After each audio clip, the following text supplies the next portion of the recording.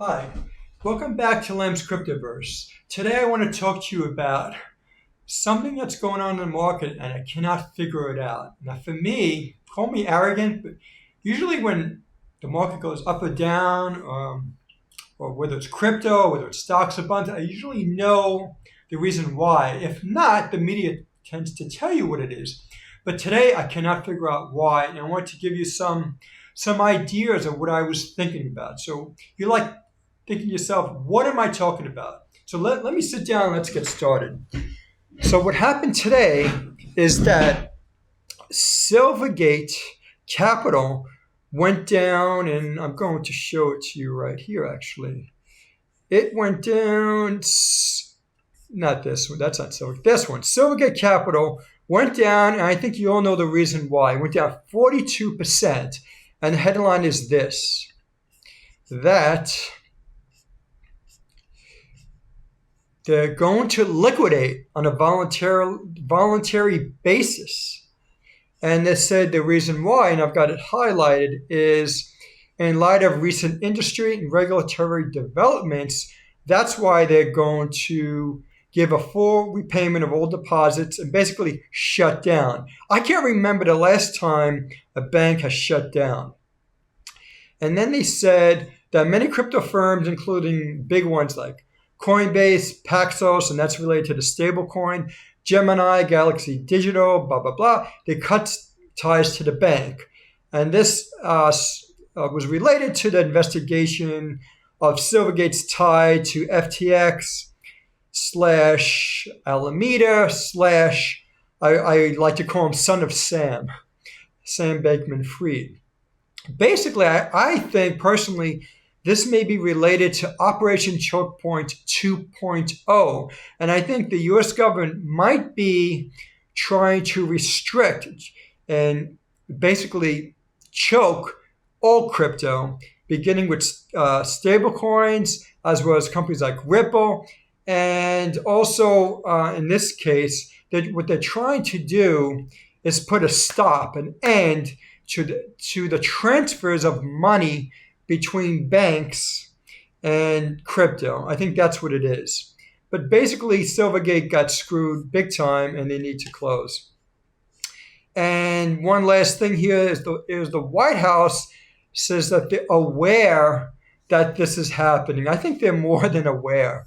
So let's go to Silvergate. So Silvergate Capital went down 42%. And because of that, the Russell 2000 went down nearly 3%. Now remember, the Russell 2000 is leveraged to financial companies. They have a lot of financial companies in that index, especially the smaller to mid-size regional banks. So I was trying to figure out, why is this happening? Why is the Russell 2000 down so much? And I know why the Silvergate's down, but here's the issue.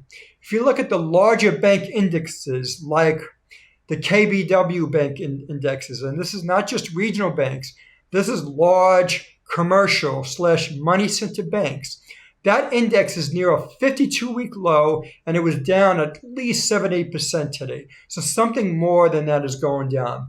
As a matter of fact, a totally different and unrelated bank called Silicon Valley Bank, and this is the holding company for it, SVB, is down more than Silvergate. It's down 60% today, and it's down 5% after hours trading. You can see right here, it's down 5% in after hours trading, down 60% for the day. That, my friend, is unbelievable.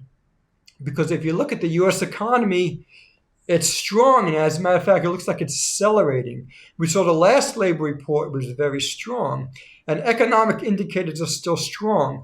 Whether you're looking at the consumer, whether you're looking at household bankruptcies, corporate bankruptcies, high yield spread, everything is looking good. So what's happening? I don't know. What I'm going to show you now is some charts, and you could make your own determination. And then I'm going to give you a clue of what I think might be happening. So let's look at some charts. The first one is debt to GDP, and you can see it's going up, but not in the consumer area. The consumer area is blue here, And you could see that it's still like pretty good. Hasn't been going up. What's going on is that debt is being monetized and transferred from the consumer to excuse me, it's being transferred from the consumer to the government. So that's what's going on. So the consumer's not getting hurt, but neither are businesses. So it can't be that. And so I want to share some other ones. If you look at bankruptcies, that's not looking too good. Here we go. If you look at weekly bankruptcies, that's looking good. That's near an all-time low. So let's look at some other charts. If you look at high-yield bond defaults, that's at an all-time low. And this is not just high-yield corporate bonds. This is also loans to banks. They're still near an all-time low. So that's looking good.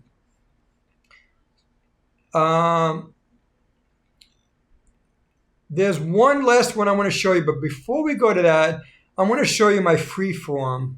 This is what's called Freeform. This is like a new app on MacBook, and you could put a whole bunch of data here. So I'm just going to concentrate on a few. The first one is this. There is some weakness in auto loans, specifically US subprime. They've been going up. So the low-end, riskier consumer is starting to feel the heat. And if you look at credit card debt, you can see credit card debt is going up.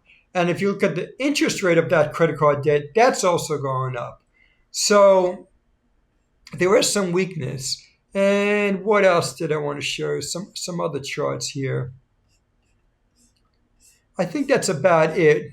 Yeah, that's about it for the consumer. Just one last thing here is, we mentioned this already, that household debt to GDP is low. And this is because the GDP is growing and it's high because the federal government is basically monetizing the economy. So it's putting or shifting debt from consumers and businesses to the federal government. That's why this ratio looks so good. So what's going on? I'm going to move to this last chart here. This is what I think is going on. This is a chart here supplied by Silicon Valley Bank. And it's showing, let me make it larger for you so you can see it. It's showing you cash burn at venture capital portfolio companies. And starting in 2022, you can see on the right side here, we've got some cash burn. And we saw cash burn in the first quarter, second quarter, third quarter of 2022, and fourth quarter. And I think that cash burn's getting worse. Now, what I think is going on, and I just wanted to expand myself here, what I think is going on and that you're not hearing about is that Silicon Valley Bank has either some direct or indirect exposure to venture capital portfolio companies and smaller tech companies. So they're known for doing business to tech companies, small, mid-sized companies. What I think is going on is I think they're feeling the heat of the crypto winter and the crypto crash. I think they have more exposure to crypto/venture capital than they're leading on. They're not telling you. So I think that's the problem. So I think, my friends, this could be the beginning. It's still early, but this could be the canary in the coal mine. Like, as you've seen from the hearings, and Fed Powell, he had testimony to Congress, but it's not just that. It's other data points, other resources. They're saying that the crypto problem, even though there's been a domino effect, beginning with Terra Luna and FTX and 3AC Capital, even though that's been, it's been within that box. Basically, it's been, I can't think of the word, but it has not been systemic. It has not moved. from crypto to the US financial market overall, we're starting to see the beginning now of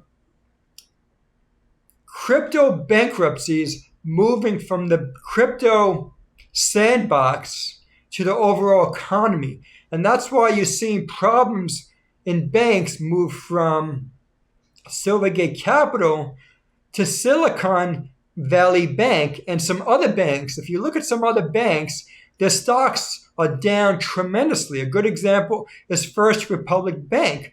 That stock is down 50% today, and it's near an all-time low. A 52-week low. Now, how is it possible that all these small banks are declining when the news is showing that the U.S. economy is strong? I think what's going on is that we're seeing the beginning of the problems of high yield and venture capital move from being inside the crypto sandbox to be a systemic problem of the U.S. economy. So stay tuned. So I don't know what's going on with Silvergate, to be honest with you. I'm sorry, Silicon Valley Bank, but this is what could be going on. So if you like what you're hearing, please like us down below and subscribe to us.